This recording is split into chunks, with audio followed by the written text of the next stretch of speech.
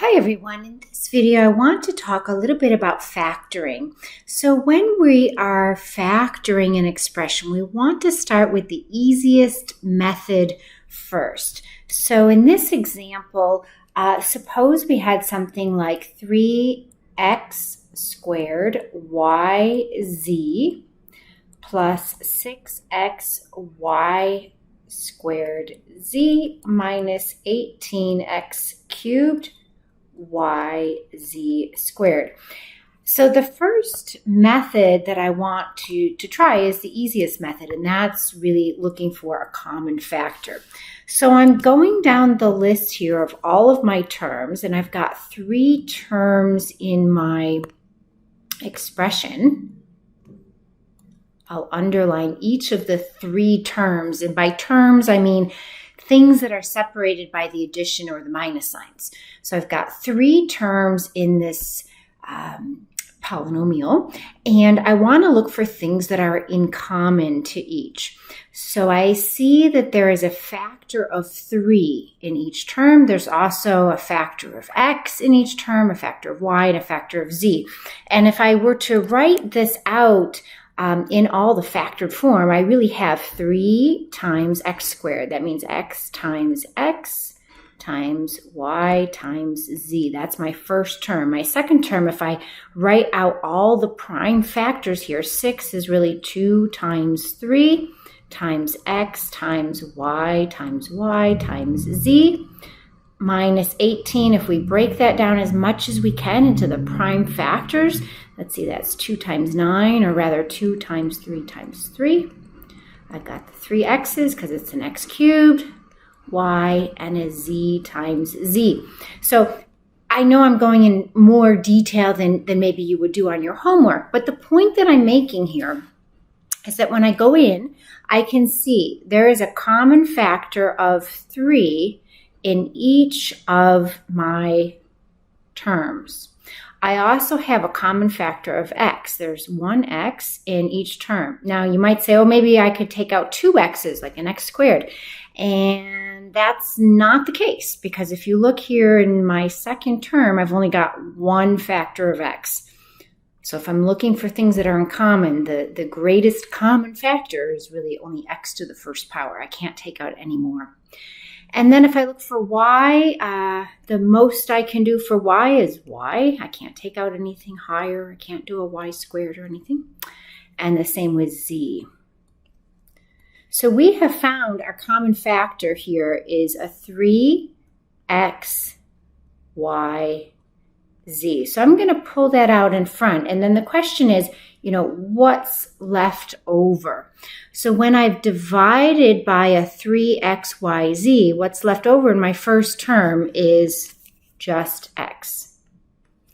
In the second term, what's left over is 2y minus, and in the last term, I've got a 2 times 3, so that'll give me 6. I've got x squared and a z. So it looks like I'm done. I look at this again and say, is there anything else I can do to break this down? The answer is no. So this would be my final answer. If someone said factor, this is my final answer. Now, sometimes you try to do common factoring and you don't get very far. Maybe there is no common factor. And so you have to advance yourself and try more advanced techniques. So one of the next techniques I would recommend is look for a known formula. And some of the known formulas are a difference of 2 perfect squares, like x squared minus y squared. That factors as x minus y and an x plus y. And you might have different pieces here, but the point is you have a difference. It's a subtraction, so it's a difference of 2 perfect squares. So that's one formula you could go and look for. Other formulas that are known formulas, you want to write these down on a formula sheet, would be the difference of two perfect cubes.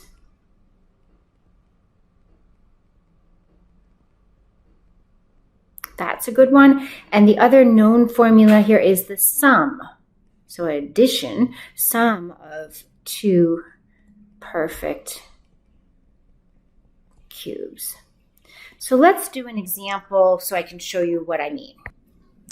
Okay, so suppose somebody came along and said, please factor x to the 10 minus 25. Now, I might try and see if there's a common factor. So I'm going to write down common factoring. And the answer is no. There is nothing in common between these two factors. I've got an x to the 10 and a 25, and there's nothing in common between those two. So common factoring is out. I need a different method, and I'm going to think about my known formulas. And the formula I'm thinking about is the difference of two perfect squares. Now, I know it's not x squared minus y squared. So it's not exactly that, but it is a perfect square because x to the 10 is a perfect square. So if I think about x to the 10, that's the same thing as x to the 5 times x to the 5. It's a perfect square. And the same thing with the 25, that's a perfect square because it's equal to 5 times 5. So I could break this apart as x to the 5 minus 5 and x to the 5 plus 5. And if we try to FOIL this back through, first times first, that'll give me x to the 5 plus 5, which is x to the 10th. That's very good. I do my outers and I do my inners. Those cancel out. So that worked. And then the last terms in my FOIL method here give me negative 5 times 5, which is 25. And that's exactly what I started with. As another example, suppose you had something like 4 x to the 6 minus 100. So again, you say, okay, I'm going to start with my easiest method first. Is there a common factor? And there is a common factor. I could take out a 4 from both of these terms. So I'm going to pull the 4 out in front, and when I divide both terms by 4, I'm left with x to the 6 minus 25. And then you say, okay, can I break it down any further? Well, the answer is yes, because we have two perfect squares. I can write this. 4 still is out in front. And now I can write x to the 6 as x to the 3, and that 25 is also a perfect square. So sometimes you have to use more than one method. And now we get down to something with a cube, and we say, is this a sum of two perfect cubes? No, it's not, because 5 is certainly not a perfect cube. So we're done. Now, the last method that I recommend is what I call reverse FOIL. So if you recall, the FOIL method said, like if you're multiplying x plus 2 times x plus 3, FOIL stands for first. So multiplying the first terms, x squared, outer, which gives you the 3x, inner, that gives you the 2x, and the last, that gives you 2 times 3, which is 6.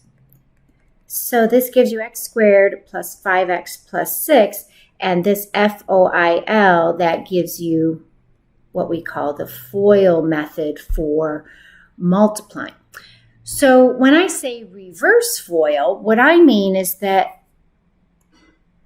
we're given some sort of quadratic expression, and our goal is to work backwards and figure out the factors.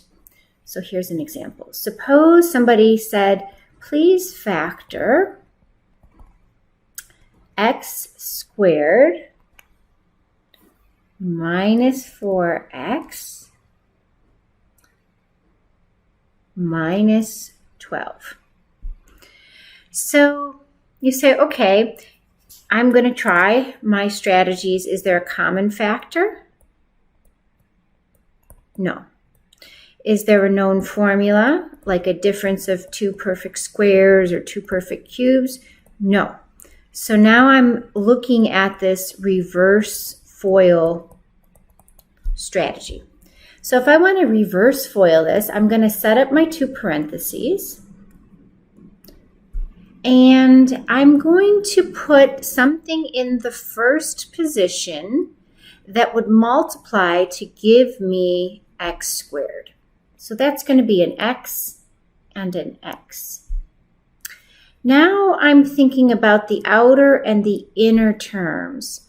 So I need two numbers. I'm going to abbreviate this. Two numbers that add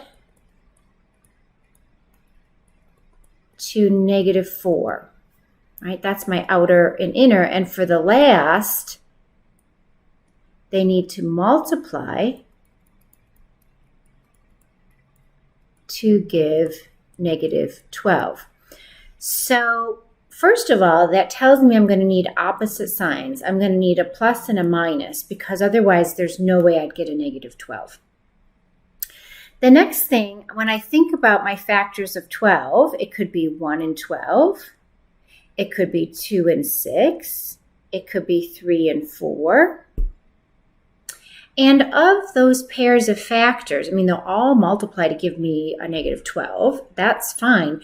But I still need to get this condition about adding to be a -4. And the only ones that here are going to like add or maybe subtract, because I have different signs, to give me 4 would be the 2 and the 6.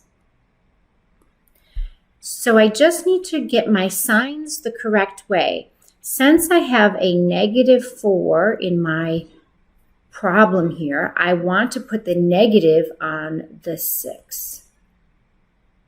The reason for that is when I multiply back through, I get x squared. Outers give me -6.